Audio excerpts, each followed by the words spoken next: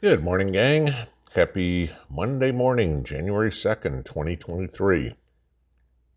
The holidays are behind us. Uncle Joe is gone home. The kids are out of your hair. You can go back to reality. Tomorrow, of course, means work. But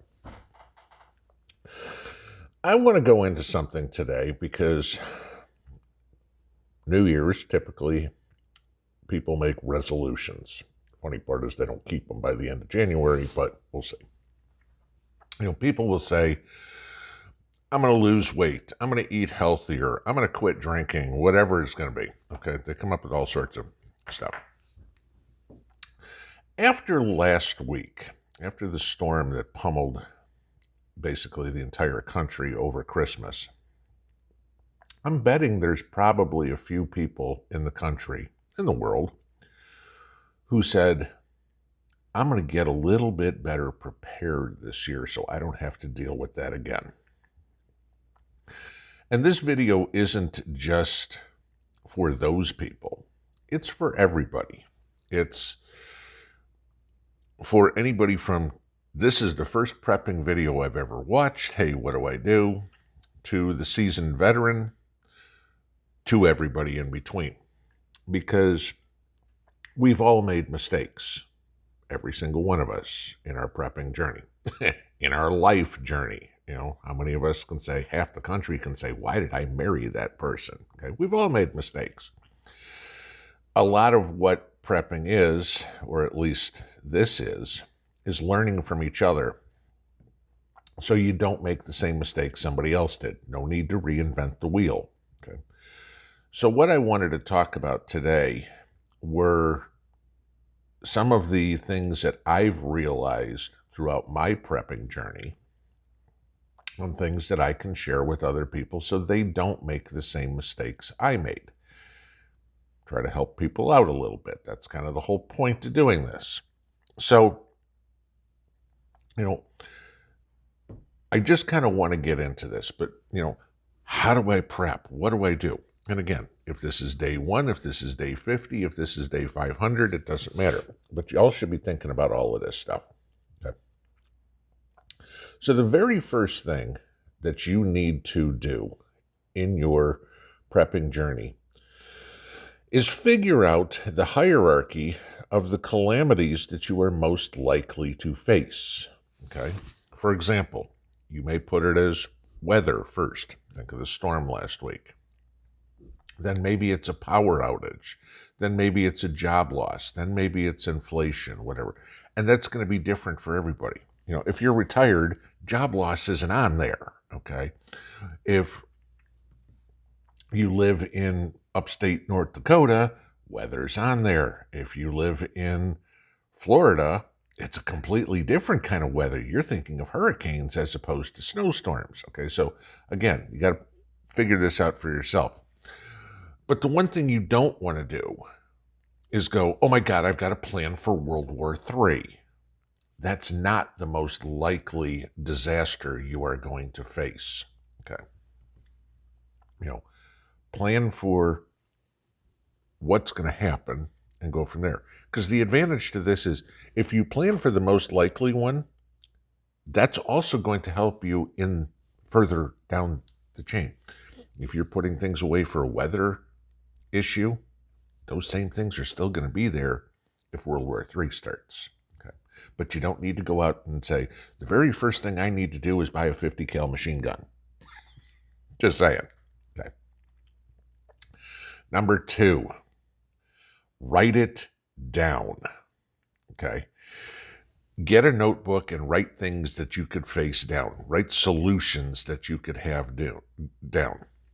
You're going to think of things at all times of day or night. Trust me on this one, okay? I can't tell you how many times I've woken up in the middle of the night. It's 2 o'clock in the morning and I go, write it down. Because if I don't, I'm going to forget it by the morning, okay? We've all woken up in the middle of the night like that. No question, okay? For example, if weather is the most likely event that you're going to face, what would it have made it easier on you?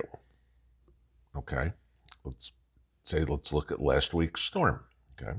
You live in Buffalo. All the stories that we heard of what was going on in Buffalo. What would have made it easier for them? Shelf-stable food.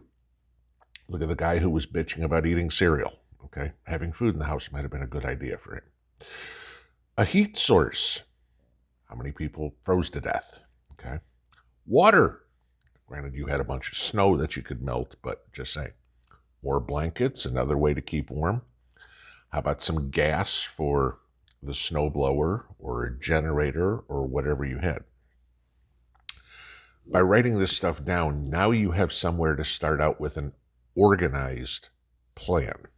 Okay. Number 3, once you've got that stuff written down, which you're going to continue to keep adding to throughout time, right?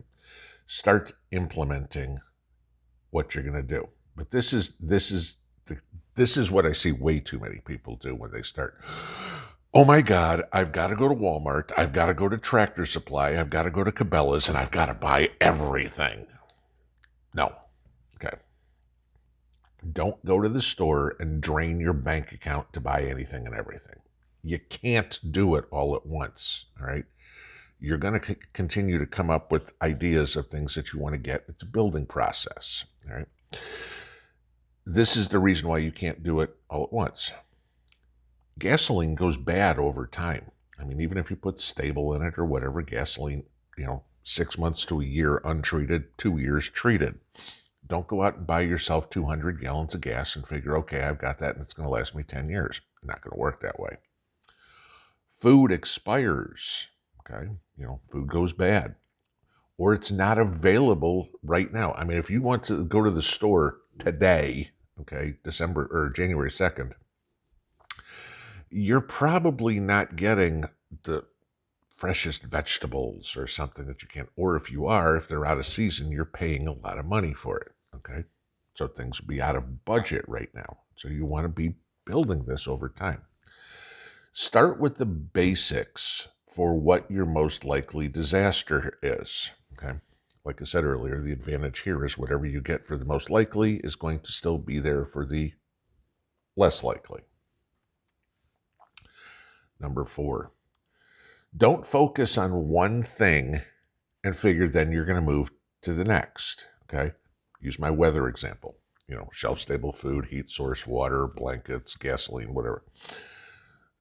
Don't go out and blow the budget when you start on, oh my God, I need shelf-stable food. I'm going to go buy 100 pounds of beans and 100 pounds of rice. If your most likely scenario is a weather scenario, it's not going to last that long until you can get out, okay? If you're starting out, go get 5 pounds of beans and 5 pounds of rice. That'll last you damn near a week, okay?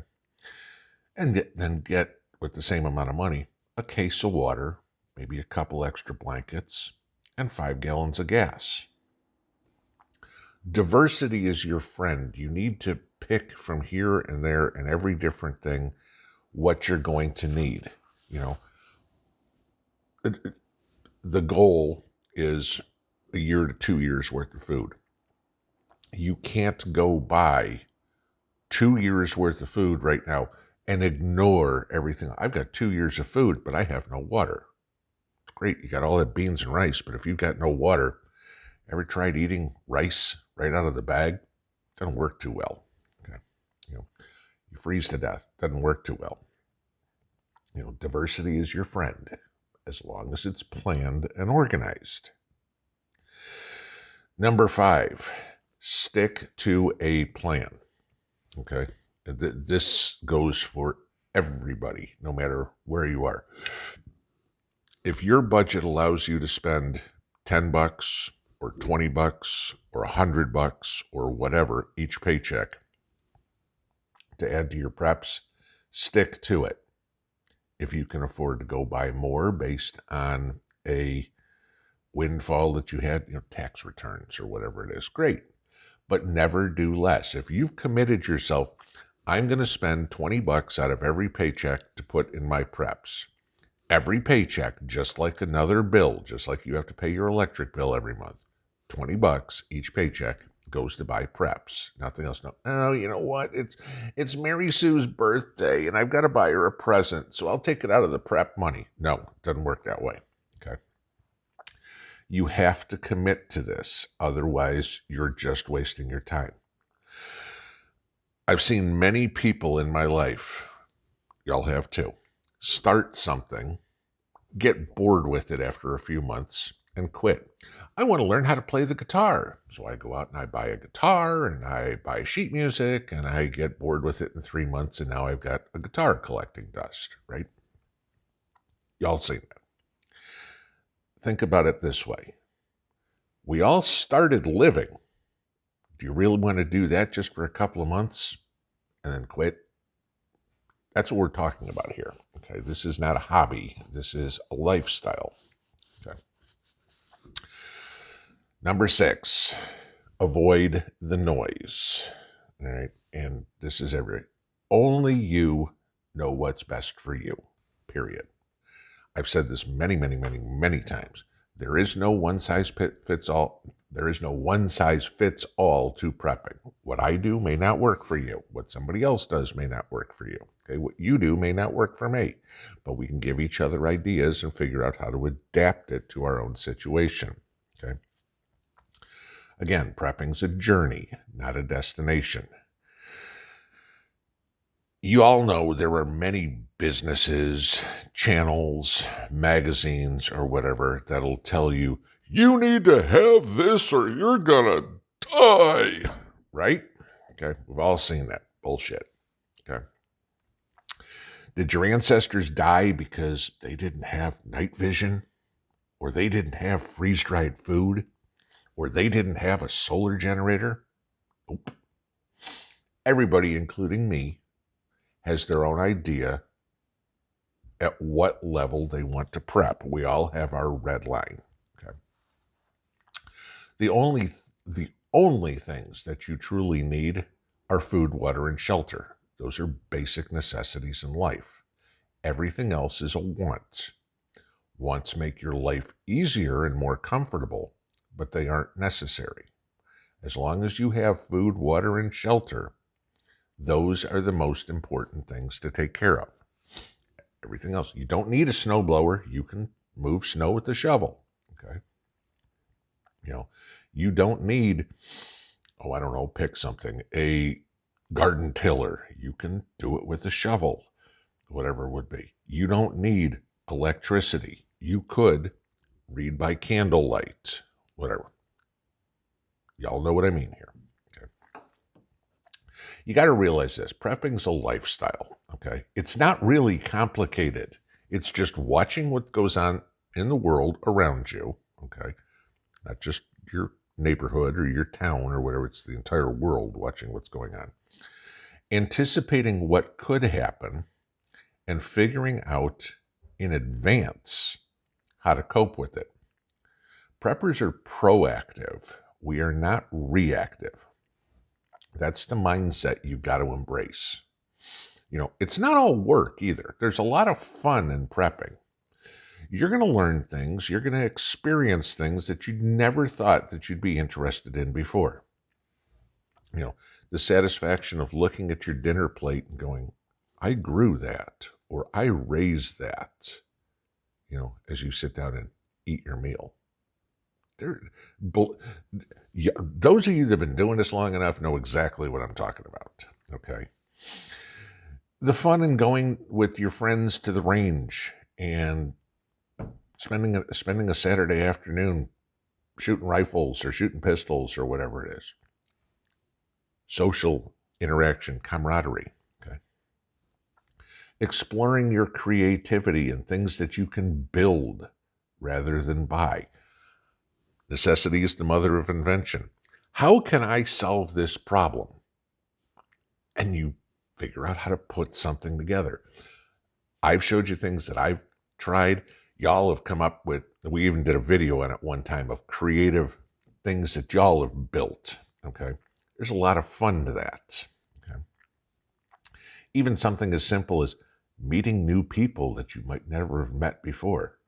Look at the camaraderie we have here and all the live streams and everything, you know.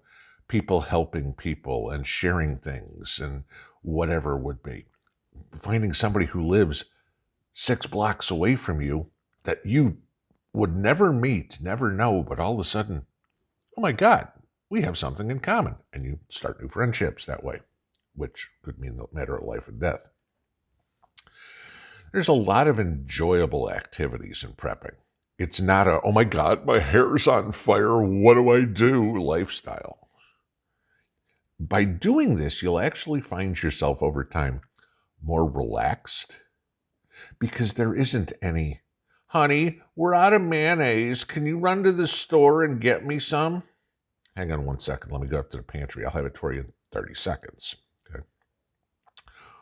Or it won't be, oh my God, the lights went out. Where are the candles? Where's the flashlight? I got this. Hang on. Shh, shh, shh. Done. Back to normal. Okay. Sure, might not be totally normal, but I can see where I'm going through the house. What a concept. I'm not walking around with a candle in my hand worried that I'm going to burn the house down. Okay. Prepping gives you the all of a sudden, hey, I got this covered. And that's a wonderful way to live. Pinball out.